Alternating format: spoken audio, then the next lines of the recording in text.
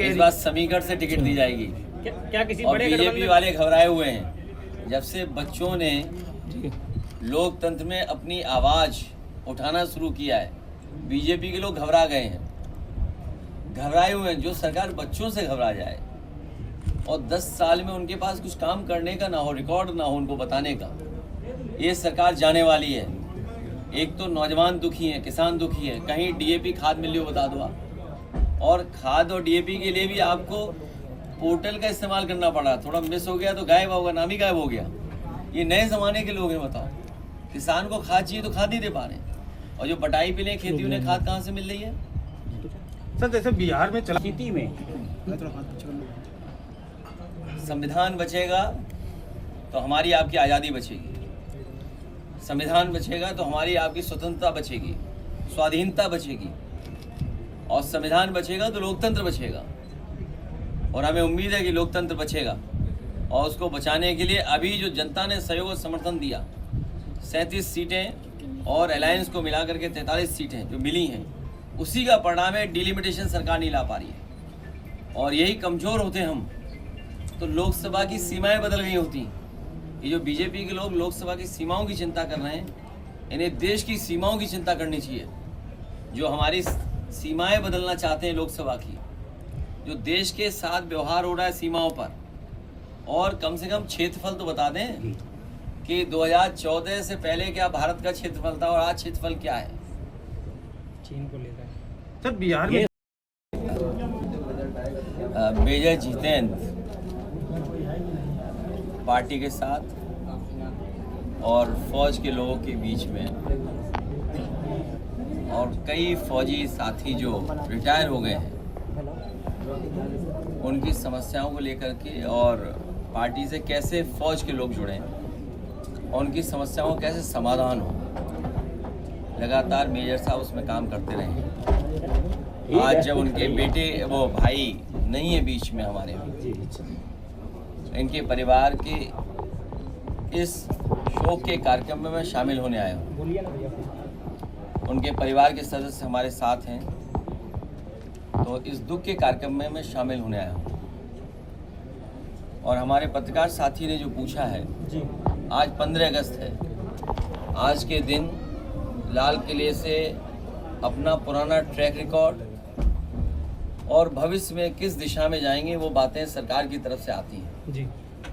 मैं अपने कानपुर देहात और खासकर रसूलाबाद और आसपास के क्षेत्र के लोग और उत्तर प्रदेश के लोगों को ये बता सकता हूँ, कह सकता हूँ कि समाजवादी सरकार बनने पर सबसे ज़्यादा प्राथमिकता पे किसान होगा, गरीब होंगे और गांव में रहने वाले लोग होंगे।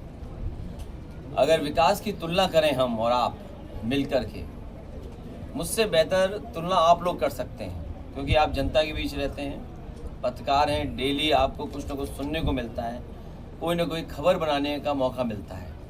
जो व्यवस्था उस समय लागू हुई थी, ये जो सड़क आप देख रहे हैं रसूलाबाद को जाती है और झींझक तक जाती है और आगे तक बनती है, ये नई टेक्नोलॉजी की बनी थी। ये जब निर्माण होना था तो बहुत सारे अधिकारी रुकावट पैदा कर रहे थे, मुझे मजबूरी में उन पर कार्रवाई करनी पड़ी, और उसके बाद ये सड़क बनी है। ये अपने आप में नई टेक्नोलॉजी सड़क बनी। जो बनाने वाली कंपनी थी, उसके इस काम के बाद देश में बहुत सारी जगह पर उसे काम मिला है। और देखिए कितने साल पुरानी सड़क है, लेकिन आज भी राइडिंग क्वालिटी खराब नहीं हुई है इसकी। गड्ढे हो गए, लेकिन आज भी राइडिंग क्वालिटी, जितना मैं चल के आया हूँ, यहाँ तक पहुँचा हूँ, नहीं खराब हुई है। और चौराहे के दोनों तरफ हमारी कोशिश थी कि 4 लेन रोड बन जाए। आने वाले समय में रसूलाबाद का चौराहे जैसे दिखाई देता है, ये तीनों तरफ 4 लेन से जुड़ जाएगा। आगरा लखनऊ एक्सप्रेस वे, उधर भोगनीपुर वाला जा रहा है उधर, और पीछे कानपुर वाला। तो यहाँ के लोगों के आने जाने में सुविधा होगी, आने में, कारोबार करने में। दूसरी प्राथमिकता पे मंडी बनाएंगे। हालांकि आलू की मंडी बनी थी, सरकार ने वहीं रोक दिया, आगे नहीं बन पाई। और अगर पूरा काम हो जाता तो अनाज और पैदावार जो किसान करता है उसको कीमत मिल जाती है। ये सरकार तो मक्के की कीमत नहीं दे पाई। आलू किस हालत में है आप जानते होंगे, जो हमारे आलू का कारोबार करते होंगे, ₹1 का आलू बिक रहा था कानपुर में, था ₹1 किलो, ₹1 आलू। और लगता है ₹1 इसलिए सरकार बेच रही थी कि इन्हें $1 ट्रिलियन इकोनॉमी बनानी थी। एक के प्रति बहुत लगाव है इन्हें, तो उन्हें लगा 1 ट्रिलियन नहीं बन सकती तो किसानों का ₹1 का ही आलू बिकवा दे। तो प्राथमिकता पे किसान और रोजगार नौकरी कैसे मिले उस दिशा में काम करें। दूसरा क्वेश्चन है, मुझे याद है जब रसूलाबाद के CSC को लेकर के एक वीडियो मैंने जारी किया था, जी तो उस समय सरकार के लोगों ने जो कहा वो आपको पता होगा। उन्होंने कहा कि ये पूरा इंतज़ाम ठीक है, और लिफ्ट के बारे में तो नहीं कहा। लिफ्ट के बारे में मैंने दोबारा सवाल पूछा कि लिफ्ट चल रही है कि नहीं चल रही है। लिफ्ट आज भी नहीं 2nd फ्लोर पे जा पा रही, ना 1st फ्लोर पे जा पा बंद पड़ी रही, और एम्बुलेंस की दुर्दशा आप ही जान ही रहे हो। जी जी तो सब इंतज़ाम ख़राब कर दिया है, और लगता तो ये है कि इलाज की अब अस्पतालों को भी ज़रूरत है। बिना अस्पतालों के इलाज के जनता को इलाज नहीं मिलेगा। महिला वार्ड में पानी टपकता हुआ, ना दवाई है ना इंतजाम, और जो अच्छे काम थे वो भी खराब कर दिए। 100 नंबर की गाड़ी खराब कर दी, एम्बुलेंस खराब कर दी, लैपटॉप बांटते थे वो भी बंद कर दिया। अब AI की बातें कर रहे हैं लाल किले से, बिना लैपटॉप के AI कैसे होगा? या जो AI के लिए इंफ्रास्ट्रक्चर चाहिए, इकोसिस्टम चाहिए, तो कैसे होगा संभव? प्राथमिकता पे किसान होना चाहिए, ये AI से धोखा नहीं देना चाहिए। AI हमारी मदद कर सकता है किसानों की, कि भाई बीमारी कौन सी आने वाली है फसल में, या मौसम में कितना बदलाव आएगा, पानी कब बरसेगा, ये सब चीज़ें मदद कर सकती है। AI से और टेक्नोलॉजी से हमें ये फसल के बारे में जानकारी मिल सकती है, रिसर्च में मदद मिल सकती है। जी लेकिन सरकार को कम से कम किसानों की पैदावार की कीमत तो देनी चाहिए। नहीं AI से डराने लगेंगे, उलझा देंगे लोगों को। आगामी सर 2017 अगर आप पे इकट्ठा हो गया हो गोमूत्र, 200 लीटर, क्या बोलते हैं वो प्लास्टिक की जो होती है, कैन नहीं, और कोई देसी नाम बताओ ना गाँव का। कट्टी। अरे कट्टी भरो दिया उन्हें, 1 लीटर 10 रुपए बेच रहे हैं हमारे योगी जी मुख्यमंत्री एक रंगी। सर कानपुर आप बताओ, जब आपको $1 ट्रिलियन इकोनॉमी लानी थी, सर आप क्या चालू कर रहे हो कि गौमूत्र लाइए आप? हमने इकट्ठा कर लिया इनके लिए 200 लीटर कट्टी में। अभी लखनऊ के DM को भिजवाएंगे 200 लीटर कट्टी में गौमूत्र है, इसका पैसा भिजवा दो, तो 200 गुणा 10, तो 2000 रुपये मिल गए हमें। सर सोचिए।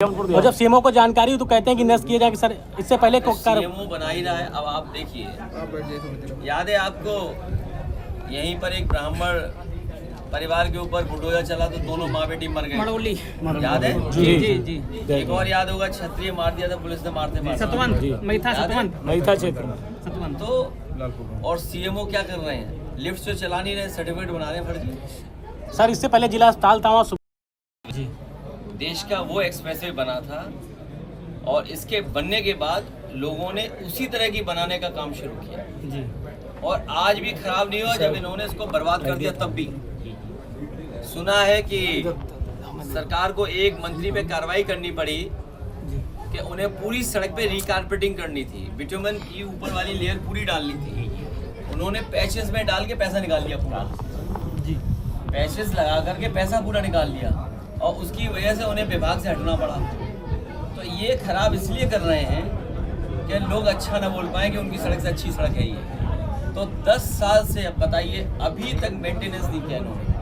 जिस तरह मेंटेनेंस करना चाहिए था नहीं कर रहे, और प्रतिदिन 1.5 करोड़ रुपए कमा रहे हैं। सोचिए, 1.5 करोड़ रुपए कमा रहे हैं प्रतिदिन। और यही नहीं, इसके मेंटेनेंस में भी घोटाला कर रहे हैं। एक्सप्रेसवे में खराब इसलिए कर रहे हैं कि आप अच्छा ना बोल पाए। और ये जो 63 किलोमीटर का बनाया है इन्होंने, 4000 करोड़ से ऊपर का, खुली बेईमानी की है। बताओ, बरसात में पंखा चला रहे थे, इससे बड़ी बेईमानी और क्या हो सकती है? और ये तो देखी आपने, 90 किलोमीटर मुख्यमंत्री जी ने अपनी सड़क बनाई है, गोरखपुर लिंक, वो बनाई है 7000 करोड़ की। तो सोचिए, 63 किलोमीटर 4000 करोड़ से ऊपर की, और 90 किलोमीटर बनी है 7000 करोड़ की। तो बेईमानी हो रही कि नहीं हो रही बताइए आप? और पेट्रोल में क्या मिला दे रहे हैं हम? एथेनॉल, गन्ने का रस। बताइए आप, अगर ईरान से संबंध अच्छे होते, दुनिया में हम ताकतवर होते, तो ये दिन देखने को नहीं मिलते हैं। सर, चंदा चोरी का मामला बहुत गंभीर था और इसमें कहीं ना कहीं कानपुर के जो विधान परिषद के सदस्य सतीश महाना थे, उन्होंने कहा था कि हमने जो चंदा दिया है वो सदस्य था, वो हमारे मंदिर में लगा है।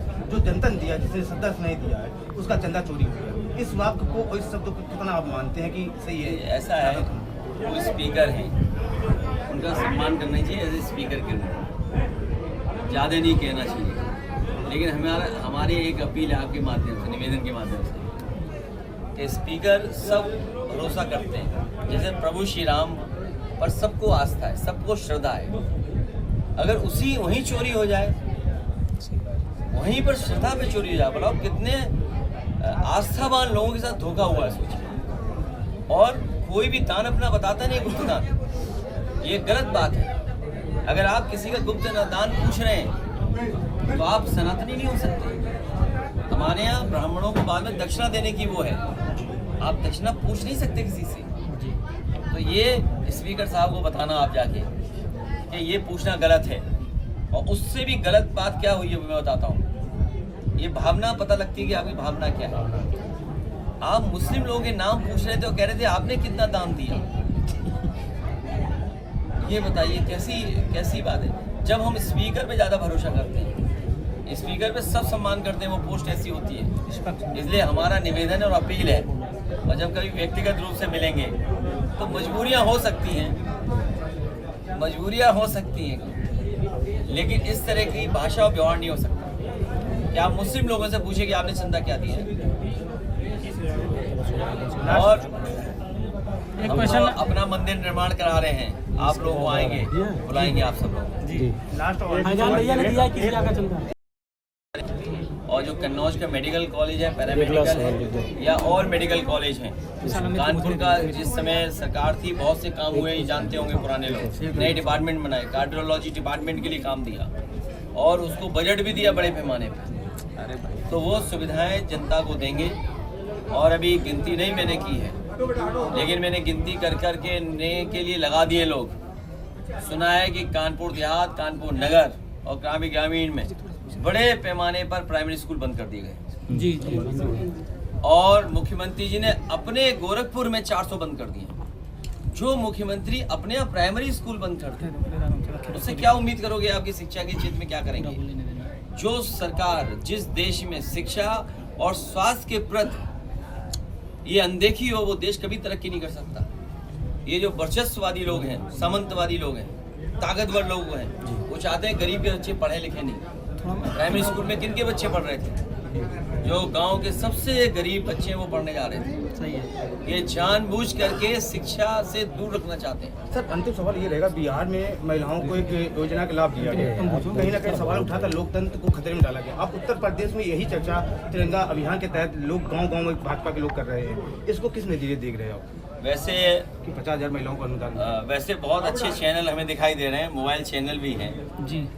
मेन स्ट्रीम मीडिया तो अलग तरह से काम करता है, लेकिन मेन स्ट्रीट मीडिया थोड़ा अलग काम करता है। बिहार में जो 10,000 रुपए दिए थे, दोबारा महिलाओं को नहीं मिले। जी। और महिलाएं ढूंढ रही थी कि कहाँ जाएं, किस बैंक में अपना अकाउंट खाता खुलवाएं। आप सोचिए, इस यूपी सरकार में क्या ऐलान कर रहे हैं कि 50,000 रुपए साल के दिए जाएंगे। और अगर आप में से सबके पास गूगल होगा, यूट्यूब है, सब कुछ है, आर्काइव में निकालना। हमारे एक रंगी मुख्यमंत्री जी ने, और जब से कानपुर लखनऊ की सड़क खराब हुई है तब सब योगी कम कहते हैं, इंजीनियर कहते हैं उन्हें। हमारे इंजीनियर योगी मुख्यमंत्री जी क्या कह रहे थे विधानसभा में कि 1,500 रुपए दिया जाएगा हमारे बुजुर्गों को और माताओं बहनों को। जो लोग 1,500 रुपए नहीं दे पाए, उनसे आप उम्मीद करोगे 50,000 रुपए देंगे? याद कीजिए, समाजवादी पार्टी में कोई गांव नहीं बचा होगा जिसमें 30,000 और 35,000 का लैपटॉप उस समय न दिया गया। बहुत से गांव होंगे और आपकी नॉलेज में होंगे। हम आज भी चला रहे हैं, आज भी चला रहे हैं। अरे बहुत से बच्चों को मिले थे, एक गांव में बड़ी संख्या में मिले थे। घर में तो 35,000 वो दे रहे थे, कन्या विद्याधन दे रहे थे, समाजवादी पेंशन दे रहे थे, एम्बुलेंस फ्री दे रहे थे, पुलिस को फ्री 100 नंबर गाड़ी दे रहे थे। तो ये तो सामान्य सुविधाएं जो दे रहे थे, और लोहिया आवास दे रहे थे। कोई लोहिया गांव बनाया था? भूल गए? और जनेश्वर में गांव बने थे। यहाँ तो बने होंगे रसूलाबाद में कम से कम 100। कितने बने? और ज्यादा ही होगा। नहीं, हमारा कहना मत कहो। नहीं, 100 के लगभग बनाए थे हमने, और लोहिया गांव बनाए थे। और आपको याद होगा खजांची का घर, बताओ 48 घंटे में तो बना दिए थे, नहीं बना दिए थे? 48 घंटे में तो। और सोलर पैनल था, लाइट सब व्यवस्था थी सर, और पानी की टंकी भी थी। मैं आपको भरोसा दिलाता हूँ कि समाजवादियों को जनता मौका देगी तो किसानों को सुविधा और नए तरह से विकास करके दिखाएंगे। और जो हवाई पट्टी इनके गांव बनाई, सारस तो उतर रहे हैं वहाँ, हवाई जहाज नहीं उतर रहे। सर एक बात और कहना चाह रहे थे। 1 रुपया थे थे 6 महीने में एक बार अबर रसूलाबाद आप अवश्य अच्छा ठीक है। हाँ, ये शिकायत भी है। प्रताप दीक्षित सीनियर देखो, हमें विरोधी से कोई लेना देना नहीं शिकायत से, आपसे शिकायत नहीं होनी चाहिए बस। तो हम इनका कहना मानेंगे और 20 तारीख के बाद तुरंत आ जाएंगे। और सुना है कि सर्किट हाउस भी कब्जा कर लिया, जो मैं आ रहा हूँ सर्किट हाउस में रुकने एक दिन। जी अमित पूछो। तो हमारे लिए कमरा खाली रखे हैं, हम ऑनलाइन कह रहे हैं इसमें। जी अमित पूछो। जो कब्जा किए हुए हैं, कमरा खाली करके रखे हैं, हम आ रहे हैं। कब्जा की है। एक सबसे बड़ी समस्या किया है। कुछ? हाँ, हम आएंगे तो खाली हो जाएगा। खाली हो जाएगा। सबसे बड़ी अखिलेश जी अमित क्वेश्चन कर रहे एक हैं। लास्ट सवाल है। समस्या ये है, रसूलाबाद आज भी रोडवेज बस स्टैंड के लिए परेशान है। अभी नहीं है। नहीं, अभी नहीं बना। तो अभी हम कोशिश करेंगे। देखो, अभी हम कोशिश करेंगे। आपने सही याद दिलाया मुझे। अच्छा, मैं अभी भी एज ए सांसद और यहाँ के जनप्रतिनिधि होने की वजह से आपकी समस्या का समाधान करूँगा। एक और सरकार बनने पर लखनऊ के बराबर आपका बस स्टैंड बना दूंगा। क्या बात। जैसे लखनऊ बना है, जी बहुत सुंदर, अच्छा, वैसे ही आपका बस स्टैंड बना देंगे। क्योंकि बस से करोड़ों लोग चलते हैं जी, गरीब उसी से चलता है। और न केवल बस स्टैंड बनाएंगे, हमने नई बसें शुरू कर दी थी चलाना, लोहिया बड़ी वाली बसें, अच्छी वाली। चलिए, वो अब केवल एक्सप्रेस वे भी चलती है। गाँव और लोहिया बसें आ गई थी, तो वैसी बसें पुनः शुरू करा दी। अखिलेश भैया, ये कान